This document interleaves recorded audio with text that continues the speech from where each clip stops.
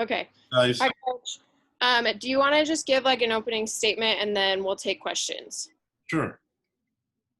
All right. Well, talking about this week, just unfortunately, we're not going to be able to play the game against Army this weekend. But looking into everything that we've had, and just want to express to everybody that I have a lot of confidence in our sports medicine department and our administration and the decision-making process that they go through. Uh, on our flight to Navy, we had tested, and everyone on that plane on that chartered flight tested negative.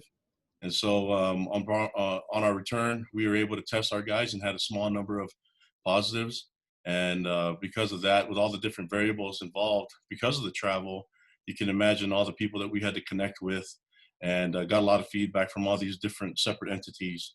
And after looking into it more and hearing from all the various groups, our administration and sports medicine department decided to postpone it. Would be the responsible thing to do, and be the right thing to do as a partner to Army, knowing that all the complications that come into, especially with COVID, especially in the travel, there's a lot of different variables involved. And so you can think about things like travel, food, transportation, all those different things that come into play, and then who you have to talk to, and the groups that you involve in decision-making process, hearing their feedback from states to city to county to health departments, and taking that all the information in, we felt like this was the right move to do, is to postpone the game, knowing that this is a moving target and things have kind of changed, day to day, week to week, and surrounding the pandemic and surrounding this virus specifically. So that being said, I think that what complicates things a little bit more is that the majority of our tests have been asymptomatic, people without symptoms, which when you're looking through it and trying to find out how many people this could infect or affected, the mindful and the responsible thing to do would be to postpone this game, get an early jump on it, and I'm feel fully confident that we as a football program and sports medicine department and school have done all the right things in leading up to this point, including making this decision to postpone the game. So that being said, love to take any questions that you guys may have, and answer as much as I can that involves me. All right, Jared, go ahead. Thanks, Kalani. You knew this was a possibility, that something like this could happen. And what's it been like to go through the timeline, through the process, now that it's become a reality instead of just a possibility, as you've talked to the staff, as you've talked to the players, as you've tried to work through all of the things? How prepared were you for that? Oh, we've been really prepared for all of it, but as this thing goes, I think what complicates it the most in our position is that is a travel, right? And so had this been a home game, I think things would have been a little bit different. There's less entities and people and groups involved. We still have the final say as a department, sports medicine department and athletic department and administration. But when we're traveling, you're involving different states, going from state to state. There are different regulations and policies that are involved with other states. So this has been an educating process from here on out. Now, as we get ready to travel and possibly travel at other spots for our future games, we'll need to take this in consideration. But I don't know if there's fans or alumni that want to donate their personal planes so we can fly 30 planes out there, that would definitely keep it at the low risk environment. But from our football program and from our administration, sports medicine department, we've done everything according to what's right and according to being mindful and thinking of others and responsible. So I don't think there's any chance that you could look at that recklessness or anything being an issue here. This is in fact, doing the responsible thing is to be a good partner to Army, knowing that we can get ahead of this and to try to get this under control right now, especially with looking at trying to look at all the different variables that are involved with it. We want to make sure we get this right before going on and risking other programs in other places. All right, let's go Dana and then Jake Edmonds. Hey, Coach, how confident are you that the Troy game is actually going to be played? And I assume the players that did test positive, are they going to be held out of this in quarantine, or is there a chance those players could come back? And just your thoughts on actually getting that home game played a week from Saturday.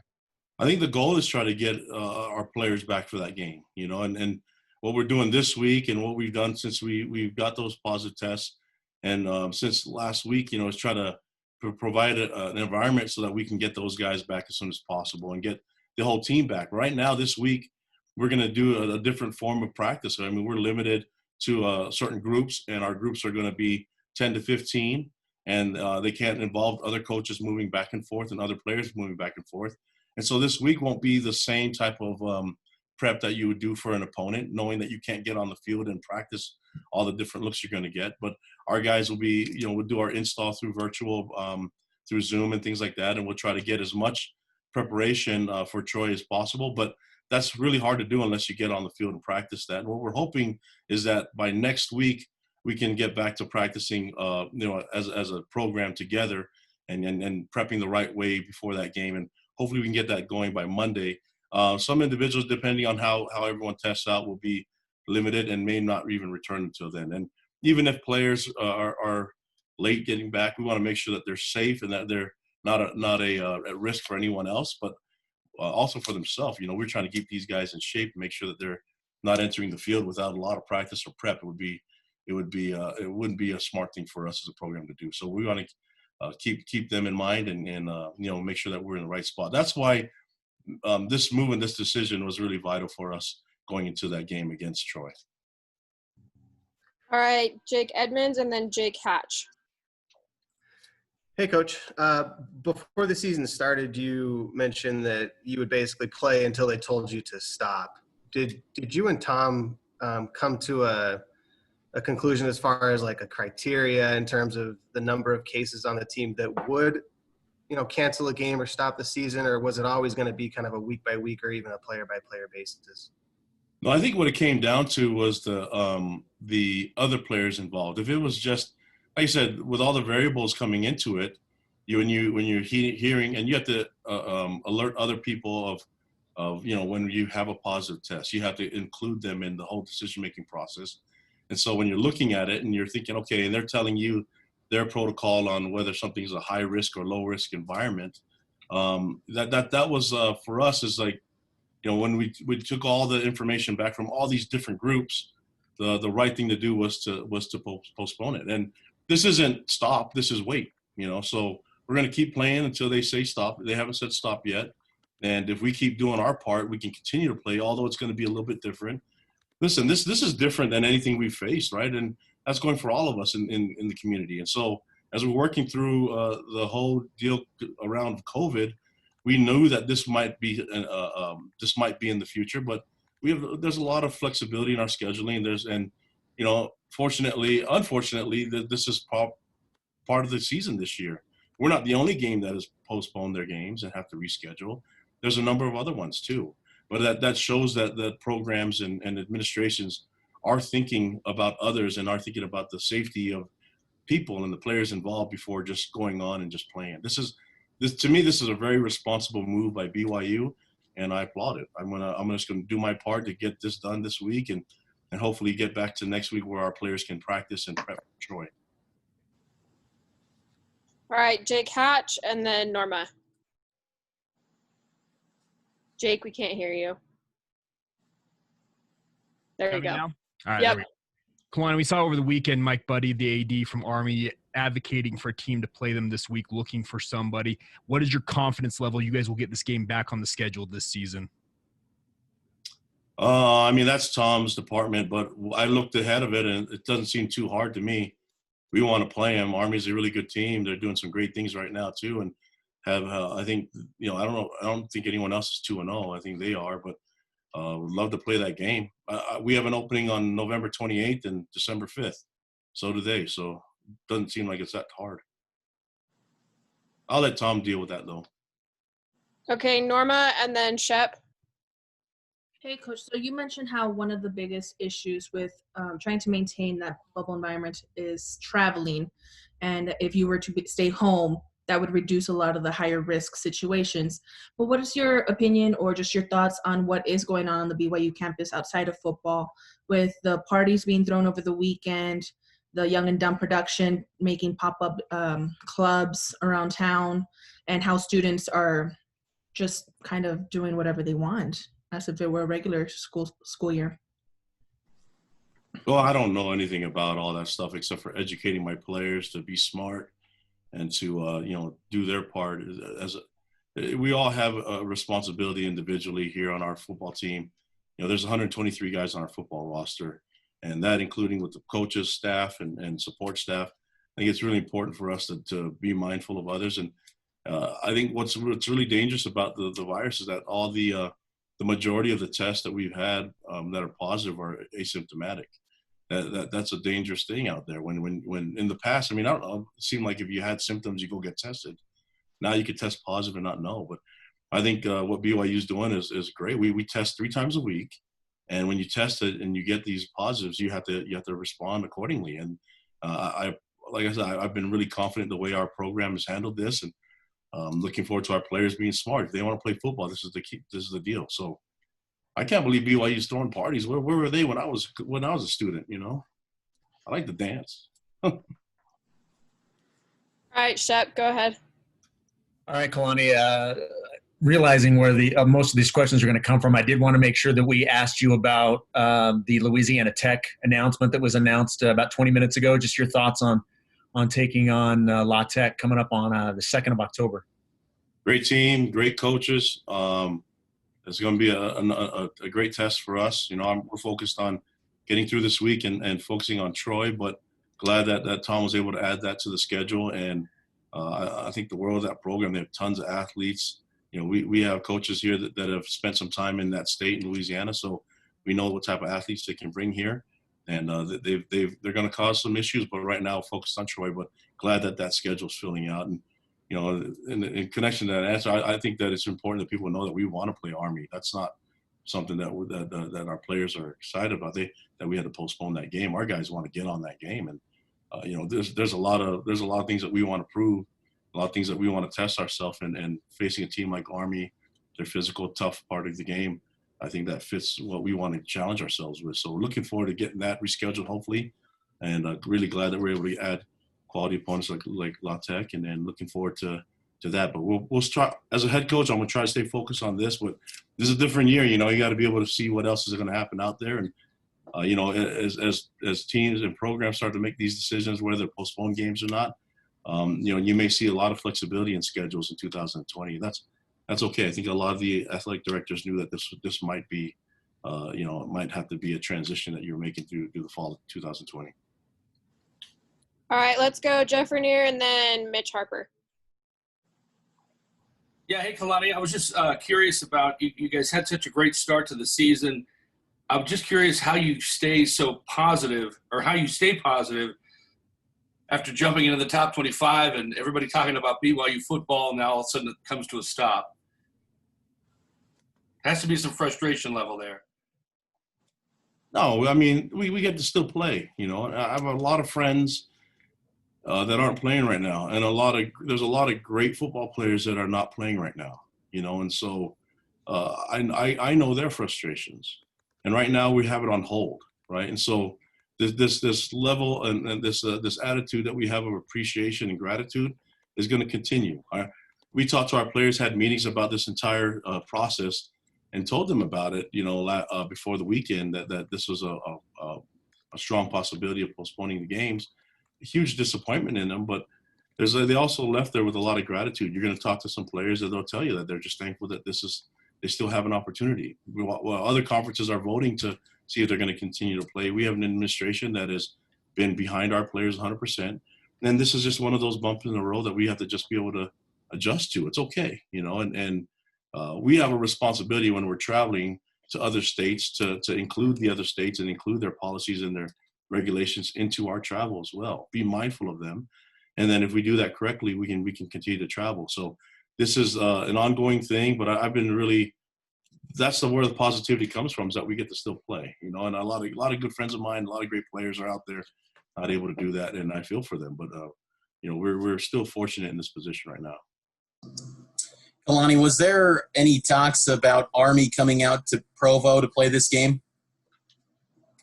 Man, I don't know, Mitch. You're going to ask me a question that I can't answer. I don't know. I'm sure that when you're talking to our administration and their administration, they tried everything they could to accommodate and try to make it work. Everybody wants to play the game. It's not like we decided, okay, there's no game and that's it. Everyone's trying to find different ways to be creative to have the game keep going. So I have a lot of confidence in Army and that they wanted to play this game, and I know they feel like we want to play as well. So there's still a chance that it could continue, and hopefully we get that game scheduled soon. All right, let's go David James and then Patrick Kinahan. So Kalani, just to be clear, you were talking about travel issues, and that was part of the problem here getting into the state of New York and playing the game. Are there rules in the state of New York that were going to preclude this from happening? Without getting into details, the problem is all the states that are involved with our travel, our own state and other states that we're going to travel to. So when you look at all those different groups, if it was just a decision to me, it'd be easy. We'd be on our way to West Point, right? But after I listened to all the feedback and talked to our sports medicine department and talked to our administration, this seemed like the right thing to do, the responsible thing to do. And that's why we did it. I don't think I can name all the different groups that we spoke to and the different feedback we got from other groups and looked at all their policies, their protocols, their regulations, all those things involved. I'd rather Tom and them just handle that, and I can just say, okay, we'll just do whatever we can. Fortunately, I like listening to what they have to say because it's an educational deal for me to learn more about it and what we can do on our end to keep everything low risk so that for our future travels, and that's what we're focused on trying to do. But, at this point, when we looked at it, testing and being COVID-free, getting on that plane to Annapolis was the most important thing. There's a lot of other things that come involved with it, and whether you're traveling to another place or from another place. All right, Pat Kinahan. Kalani, now that you're playing road games or home games with no fans, how much do you have to generate your own enthusiasm from among your players? Yeah, I think I mentioned earlier about the appreciation and excitement to play, and you watch some of the NFL games and everyone's trying to do that, and I think more than anything we're just excited to play the game. I don't know if I need to generate it or do any of that stuff. I just told the players I was going to have fun, man. I'm going to hang out with them. They're a veteran group. I've been really pleased with the way that they've handled themselves throughout this whole thing since March when spring ball was cut short. I've been really impressed with them, and I just really wanted to get out there and celebrate them. But so did they. It's not like the head coach was the one that set the tone. The players set the tone. I followed, man. It was just a fun thing to be there with them. And, we'd love to have the fans around, but that's until that happens, we're going to keep rolling with this. All right, Jared Lloyd, last question, and then we've got players ready to go. I just wanted to ask about the broader impact on families. I mean, you've got coaches, you've got players, they've got families, all of that. When you have these positive tests, how much do you take into consideration and try and think about all of the collateral impact that it might have as far as beyond the football program? Yeah, locally, that's something that we always have to be mindful of. And it's the coaches, the players at homes and being smart with their groups. I don't have an answer for it other than creating a bubble. As much as you can create a bubble for yourself, that's what we have to try to do. And I know it's not going to be perfect because we have kids that are going to school. We have all these different moving parts around us, and that's just here in Provo. If you're looking at just from the I mentioned the symptoms, the asymptomatic positives, that causes more issues because just a few months ago, I don't know, for me, I just thought if you felt like you had symptoms, you go get tested. Well, now we're learning that you could still be a positive and not have any symptoms. And that's what we've seen for most of our positives, that they're not experiencing symptoms. And so that complicates everything, but it's not anything that's like new for us. You're seeing it's just unique to BYU. Major League Baseball is dealing with it, right? Unless and we'll see how other colleges and NFL teams are dealing with it. But I don't think you can create a great bubble unless you're doing what the NBA is doing, and they're putting tons of money and actually just keeping them isolated as a group from everything. I think that's the only foolproof way of making sure that it's going to be as safe as possible. And that's difficult to do when you're having school and you're having students. And I poke fun at the guys throwing parties and all that stuff. There's a lot of different people that feel different ways and then are really, all over the spectrum on how to deal with the virus. And all I know is I have a football team that they need to do things that are required of them. We come here to BYU knowing that there's certain guidelines that you have to live by in your life and in academics to play football. Well, now all we've done is added to it that you have to keep social distancing, be smart, being mindful of who you are and where you're at. And by doing that, you can also protect others. And that this move to postpone the game was just as much as BYU doing the right thing for Army than just doing what's, just going and acting on our own. It's a big move of responsibility and ownership. And I'm glad I'm here under this leadership from our administration and our sports medicine department. All right. Thanks, Kalani. All right, guys. Stay safe. You too, Kalani. Thank you. All right. Next.